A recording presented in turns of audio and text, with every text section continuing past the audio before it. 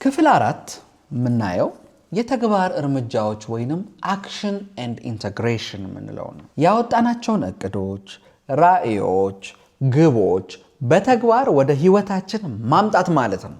ይህ በየዕለቱ በመናደርጋቸው ትናንሽ እርምጃዎችና ውሳኔዎች የሚገለጽ አስተሳሰባችንንና እምነታችንን በመለወጥ የተግባር እርምጃዎችን በመውሰድ የዕለት ተዕለት ህይወታችንን በራዕያችን መሰረት እንድንቀርጸው ይረዳናል። ይህ ሂደት ወጥነትና ጽናትን ይጠይቃል። ዕውቀት ብቻውን በቂ አይደለም፣ ወደ ተግባር መቀየር አለበት።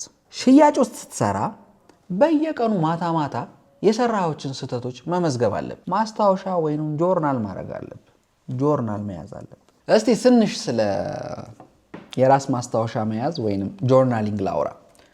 ሐሳቦቻችንን፣ ስሜቶቻችንንና ተሞክሮቻችንን በጽሁፍ ማስፈር ማለት ነው። ባይ ዘ ወይ ጆርናሊንግ ማለት ይህ የራስ ግንዛቤን ለማሳደግ፣ ውጥረትን ለመቀነስ እና ስሜታዊ ብልህነትን ለማጎልመት በጣም ጠቃሚ ዘዴ ነው። ባይ ዘ ወይ ማስታወሻ መያዝ ያለፉትን ተሞክሮች እንደገና ለመገምገም፣ ትምህርት እንድንወስድበትና ለወደፊት እቅዶቻችን እንድንዘጋጅ ያደርጋል። የራስን ማስታወሻ የምንይዝባቸው መንገዶች ወይንም ዘዴዎች ብዙ አማራጮች አሉ። በነገራችን ላይ እንደ ባህላዊ ወረቀትና ብዕር መጠቀም እንችላለን። በነገራችን ላይ ይህ በነፃነት ሀሳባችን እንድንገልጽ ያስችለናል። ግን ዘመን አመጣሹን ደግሞ በቴክኖሎጂ መጠቀምም እንችላለን። ለምሳሌ የጆርናሊንግ መተግበሪያ አፖች አሉ፣ እነሱን መጠቀም እንችላለን።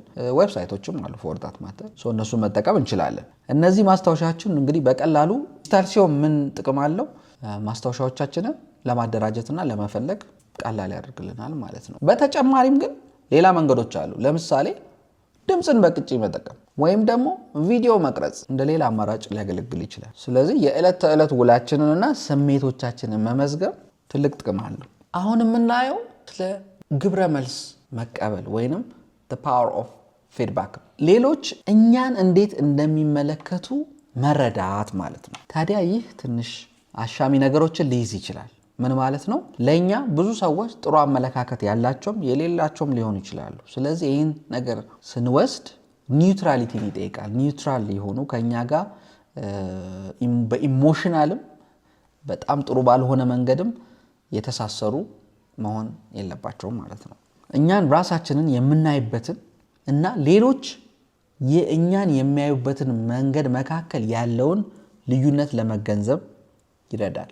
ገንቢ ግብረ መልስ ወይንም ኮንስትራክቲቭ ፊድባክ ጥንካሬያችንን ለማወቅ፣ ድክመቶቻችንን ለማስተካከል፣ በግል ህይወታችን ለማደግ ትልቅ አስተዋጽኦ አለው። ይህ ደግሞ ወደ ተሻለ ግንዛቤ እና እድገት ይመራናል። ፊድባክን ወይንም ግብረ መልስን በተግባር ላይ ማዋል የራስን ግንዛቤ ለማሳደግ ወሳኝ እርምጃ ነው። ሌሎች እኛን እንዴት እንደሚመለከቱ ማወቅ እኛ ራሳችን የምንመለከትበትን መንገድ እንድንፈትሽና እንድናሻሽል ይረዳናል። ይህ ክፍተቱን ለመድፈንና ሚዛናዊ የሆነ ስብዕናን እንድንገነባ ያግዛል። ለምሳሌ በስራ ቦታ ላይ የተቀበልነውን ግብረ መልስ በመጠቀም የአመራር ችሎታችንን ማሻሻል እንችላለን። አሁን የምናየው ሐሳብ የ30 ቀናት የለውጥ ጉዞ ወይንም the 30 day challenge ነው። በየቀኑ አዳዲስ ልምዶችን የመለማመጃ ዘዴ ነው። በአጭር ጊዜ ውስጥ አዳዲስ ልምዶችን ለመገንባት ወይንም መጥፎ ልማዶችን ለመተው የሚያስችል ተነሳሽነት የተሞላበት ፕሮግራም ነው። ይህ በየቀኑ በተከታታይ ለ30 ቀናት የሚተገበሩ ትናንሽ እርምጃዎችን ያካትታል። ለምሳሌ በየማለዳው የአካል ብቃት እንቅስቃሴ ማድረግ ሊሆን ይችላል። አዲስ ቋንቋ መማር ሊሆን ይችላል።